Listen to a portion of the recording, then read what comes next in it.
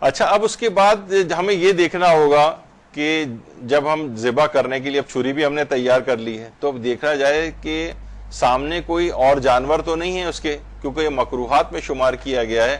آغا سیستانی فرماتے ہیں کہ اسی جنس کا کوئی دوسرا جانور ذبح کا منظر نہ دیکھ رہا ہو، یہ مکروہ ہے۔ ورنہ مثلا بکرا اگر ہے اور ہم بکرا یا بکری کو ذبح کر رہے ہیں اور کوئی دوسرا بکرا یا بکری سامنے موجود ہے اسی جنس کا، تو وہ نہ دیکھ رہا ہو۔ ہاں البتہ گائے ہے اور مثلا بکرا ذبح ہو رہا ہے تو فرماتے پھر یہ کراہیت نہیں ہے، کیونکہ اس کی جنس الگ ہو گئی ہے۔ لیکن آقا خود یہ فرماتے تھے کہ نہیں، کوئی سا بھی جانور نہ ہو، یعنی اگر کوئی جانور دیکھنے والا وہاں موجود ہے تو پھر مکروہ ہے کہ اس کے سامنے، اس کی آنکھوں کے سامنے ذبح نہ کریں اس کو، ورنہ کراہیت ہے۔ آغا سیستانی فرماتے ہیں ہر جانور کے سامنے کراہیت نہیں ہے، اسی جنس کا جانور اگر دیکھنے والا موجود ہے تب کراہیت ہے۔ تو بہرحال ایک مسئلہ اس میں یہ ہوا۔ اچھا، اب بھیڑ اگر ہے، بھیڑ بکری کو ذبح کرتے وقت مستحب یا بہتر ہے کہ اس کے دونوں ہاتھ اور ایک پاؤں باندھ دیے جائیں۔ آپ نے دیکھا کہ وہ دو ہاتھ اور ایک پاؤں باندھ دیا جائے اور دوسرا پاؤں کھلا رکھا جائے۔ ہمارے یہاں عام طور پر اس کے دونوں ہاتھ دونوں پاؤں بالکل باندھ دیے جاتے ہیں، جبکہ مستحبات میں سے ہے یا بہتر یہ ہے کہ ایک پاؤں کم سے کم اس کا کھلا رکھا جائے اور دو ہاتھ اور ایک پاؤں باندھا جائے۔ اچھا، اگر گائے ہے تو اس کے چاروں ہاتھ پاؤں باندھ دینے چاہیے اور لیکن دم کھلی رکھنی چاہیے۔ عام طور پر دم کو بھی پکڑ کے انسان، جو قصائی وغیرہ ہوتے ہیں، وہ اس کو دم کو بھی پکڑ کے بالکل اس طرح باندھنے والا ایک مسئلہ ہو جاتا ہے، تو اس کے صرف ہاتھ پاؤں دونوں باندھ دیے جائیں ذبح کے وقت، لیکن دم کھلی رکھی جائے، مستحب ہے اس میں۔ تو یہ گائے کا مسئلہ ہوا۔ اور اونٹ میں بہتر یہ ہے کہ اونٹ کو کھڑا کر کے نہر کیا جائے، بیٹھ کے بھی کیا جا سکتا ہے، لیکن زیادہ بہتر ہے کہ اونٹ جس وقت نہر کیا جائے اسے کھڑا ہونا چاہیے۔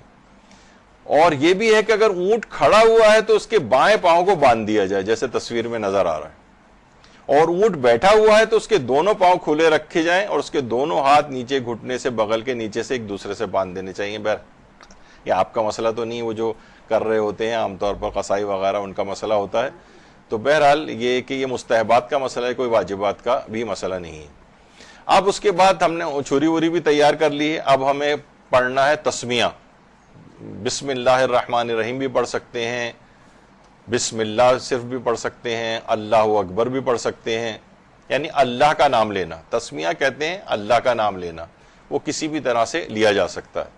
اگر کوئی شخص جلدی میں بھول کر ذبح کے وقت اللہ کا نام نہیں لیا، بھول گیا، بعض اوقات ہوتا ہے نا کہ بس ہے کہ جناب جانور اچھل کود رہا ہے اور بس ہم نے ذبح کر دیا اور بعد میں خیال ہے ارے ہم تو ذبح کرتے وقت اللہ کا نام لینا ہی بھول گئے، تو اس سے جانور نجس نہیں ہوتا اور ذبیحہ ٹھیک مان لیا جاتا ہے اگر بھول گئے ہوں۔ لیکن اگر کسی کو مسئلہ ہی پتہ نہیں تھا کہ تسمیہ کہنا جو ہے واجب ہے، یعنی اللہ کا نام لینا، اور اس نے نہیں کہا، تو اس میں جانور بھی حرام اور نجس ہو جاتا ہے۔ یعنی فائدہ کیا ہے مسئلہ جاننے کا کہ مسئلہ معلوم تھا، ذبح کے وقت بھول گئے تو جانور حلال ہے، اور مسئلہ ہی پتہ نہیں تھا اور اللہ کا نام نہیں لیا تو جانور حرام ہے۔ یعنی مسئلے کا پتہ ہونا بہت ضروری ہے۔ یہ دیکھیں یہاں بہت ساری چیزیں ایسی ہیں کہ اگر مسئلہ پتہ ہو اور بعد میں انسان بھول جائے تو بہت سارے عمل ہمارے ٹھیک ہو جاتے ہیں، ورنہ وہ جانور پورا ذبح جو کیا ہے نجس اور بیکار ہو جاتا ہے۔ وہ جانور اگر مسئلہ معلوم ہو اور ذبح کے وقت بھول جائیں تو جانور حلال شمار ہوتا ہے۔ اچھا، غیر عربی میں بھی اللہ کا نام لیں، ضروری نہیں کہ عربی میں اللہ کا نام لیں، مثلا گاڈ بھی اگر کوئی کہہ کے ذبح کرے تو بھی جانور حلال ہوتا ہے، ٹھیک ہے نا۔ تو غیر عربی میں بھی اگر ذبح کیا جائے، غیر عربی میں بھی اللہ کا نام لے کے ذبح کیا جائے تو کافی ہے۔ اچھا، صرف اللہ بھی کہا جا سکتا ہے، اللہ اکبر بھی کہا جا سکتا ہے، کہ اسماء حسنہ میں سے کوئی اور نام بھی لیا جا سکتا ہے؟ مثلا ہم کہیں یا غفورو، یا رحیمو، یا جبارو، یا قہارو، تو آقا سیستانی فرماتے ہیں کہ اسماء حسنہ میں سے کوئی سا بھی نام لے کے ذبح تو کر سکتے ہیں، لیکن احتیاط مستحب یہ ہے کہ اسماء حسنہ کا کہہ کر ذبح نہ کیا جائے۔ جائز تو ہے لیکن احتیاط اسی کے اندر ہے کہ اللہ، یعنی جو اس میں جلالہ ہے، اللہ، بسم اللہ، اللہ اکبر، اس طرح سے کہا جائے، لیکن اللہ کے جو اور اسماء حسنہ ہیں احتیاط مستحب ہے کہ ان کا نام لے کر جانور ذبح نہ کریں۔ احتیاط مستحب جائز تو ہے لیکن ایک آپ کو ثواب کم ملے گا۔ کیا یہ ہو سکتا ہے کہ زیبا کوئی اور کرے اور تسمیہ کوئی اور پڑھ دے؟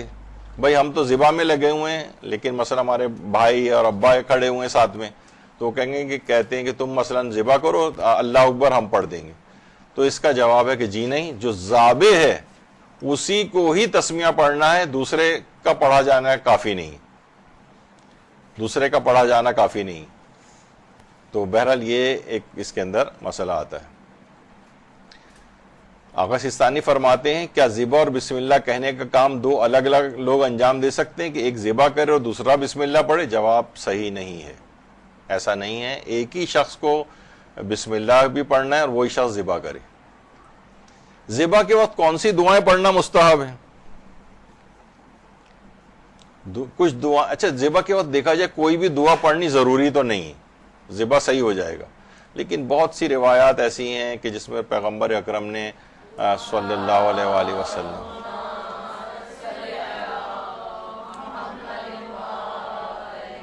انی وجہت وجہی للذی فطر السماوات والارض حنیفا مسلما والی، تو وہ والی دعا بھی پڑھی جا سکتی ہے۔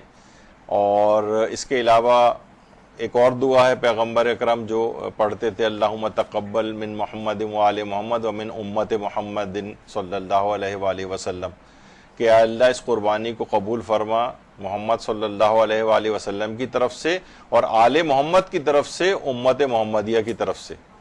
تو یہ بھی اتنی مختصر سی دعا یہ بھی پڑھا کرتے تھے۔ اور مولا امیر المومنین بسم اللہ واللہ اکبر وجہت وجہی اللہم صلی علی محمد وآل محمد، یہ والی دعا پڑھا کرتے تھے۔ امام خمینی نے مناسک میں بھی اس دعا کو لکھا ہے، جو کہ ان سب ہمارے ائمہ سے مروی بھی ہیں یہ والی دعائیں۔ تو یہ مختلف اس کی دعائیں ہیں، کوئی سی بھی دعا پڑھنی کوئی بھی واجب نہیں ہے، لیکن بہتر ہے مستحبات کے ساتھ پڑھی جائے۔